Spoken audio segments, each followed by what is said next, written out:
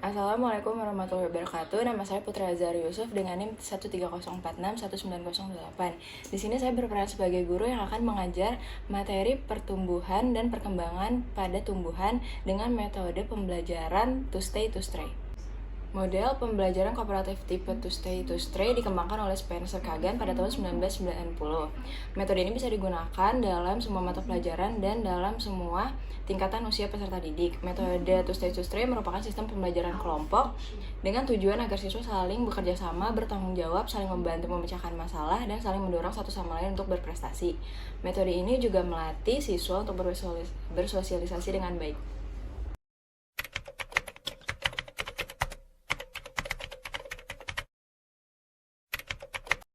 Assalamualaikum warahmatullahi wabarakatuh. Nama saya Tasya Amalia dari kelompok 1. Nama saya Syifa dari kelompok 1. Halo semua, nama saya Dedi Ramazaya, kelompok 2. Halo semuanya, nama saya Nazla dari kelompok 2. Assalamualaikum warahmatullahi wabarakatuh. Waalaikumsalam warahmatullahi wabarakatuh. Selamat pagi, hari ini saya akan mengajar tentang materi pertumbuhan dan perkembangan pada tumbuhan. Pertumbuhan adalah proses pertambahan ukuran yang bersifat kuantitatif dan irreversibel, sedangkan perkembangan adalah proses menuju kedewasaan. Perkembangan dalam proses perkembangan ini terjadi penyempurnaan atau perubahan struktur dan fungsi organ yang menyertai proses pertumbuhan. Berbeda dengan pertumbuhan, perkembangan cuma bisa dinyatakan secara kualitatif. Faktor-faktor yang mempengaruhi pertumbuhan pada tumbuhan ada faktor internal yaitu gen dan hormon, dan faktor eksternal yaitu nutrisi, cahaya matahari, air dan kelembapan, suhu, pH, kandungan mineral, dan tanah.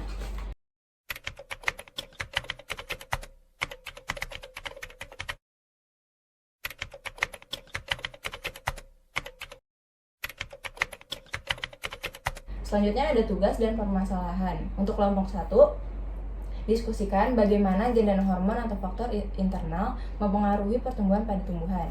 Untuk kelompok 2, diskusikan bagaimana cahaya matahari, suhu pH, nutrisi air dan kelembapan, serta tanah atau faktor eksternal mempengaruhi pertumbuhan pada tumbuhan.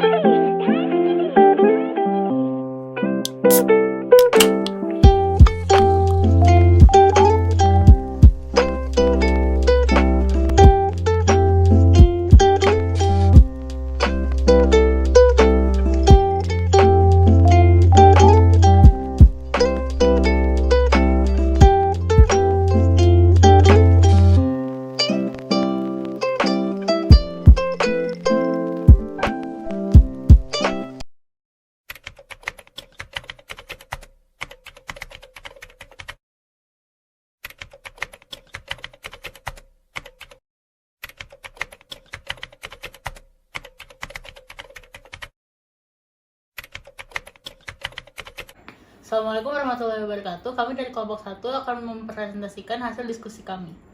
Yang pertama ada faktor internal yaitu gen. Gen itu adalah merupakan pembawa sifat yang diturunkan dari induk ke generasi selanjutnya. Gen juga mempengaruhi ciri dan sifat makhluk hidup seperti bentuk tubuh, warna bunga, dan rasa buah. Gen juga menentukan kemampuan metabolisme sehingga mempengaruhi pertumbuhan dan perkembangan tanaman.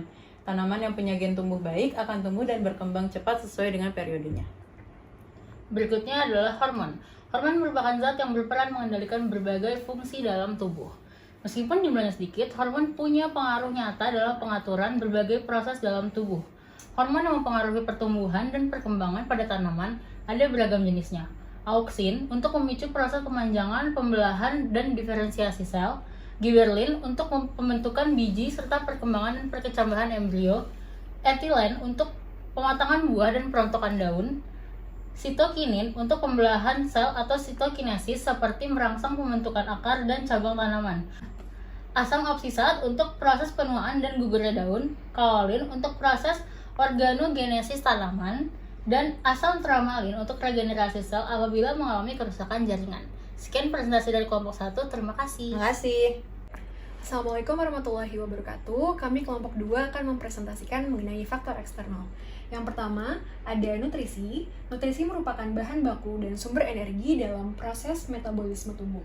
Kualitas dan kuantitas nutrisi mempengaruhi pertumbuhan dan perkembangan. Kedua, ada cahaya matahari. Tanaman sangat membutuhkan cahaya matahari untuk fotosintesis.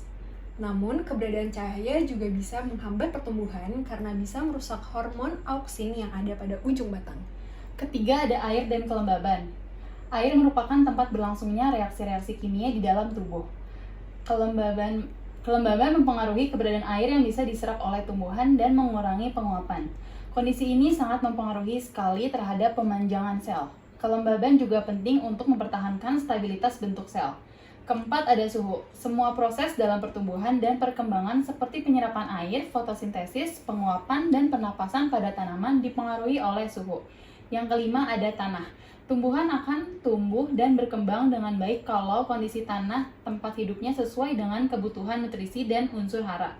Kondisi tanah ditentukan oleh faktor lingkungan lain, misalnya suhu, kandungan mineral, air, dan derajat keasaman atau pH.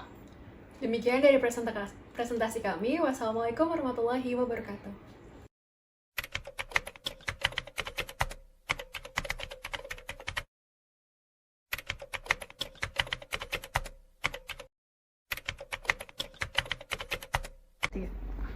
Kesimpulan dari pertemuan ini adalah faktor eksternal yaitu faktor dari tanaman yang mempengaruhi kembang tanaman diantaranya gen dan hormon, sedangkan faktor eksternal itu faktor dari luar tanaman yaitu nutrisi, cahaya, matahari, air, dan kelembaban, suhu, dan tanah. Berdasarkan pembelajaran yang sudah dilakukan, dapat dilihat bahwa model to stay to stray merupakan model yang dapat melatih siswa untuk berdiskusi dan bekerja sama dalam kelompok. Model pembelajaran kooperatif teknik to stay to stray diharapkan dapat mengupayakan peningkatan keterampilan berdiskusi siswa, yaitu dengan adanya siswa yang bertamu ke kelompok lain memacu siswa untuk berbicara dan bertanya.